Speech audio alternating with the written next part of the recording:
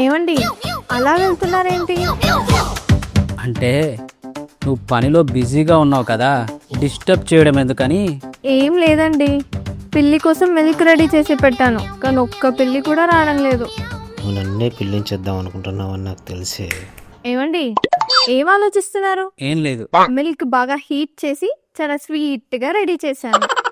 అసలు పిల్లులు ఎందుకు రావడం లేదండి? ఆన్సర్ చెప్పాలా?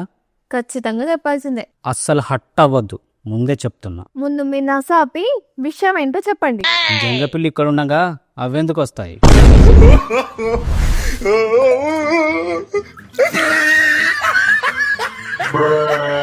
చీప్ ట్రిక్స్ నా దగ్గర కాదు, జాగ్రత్త.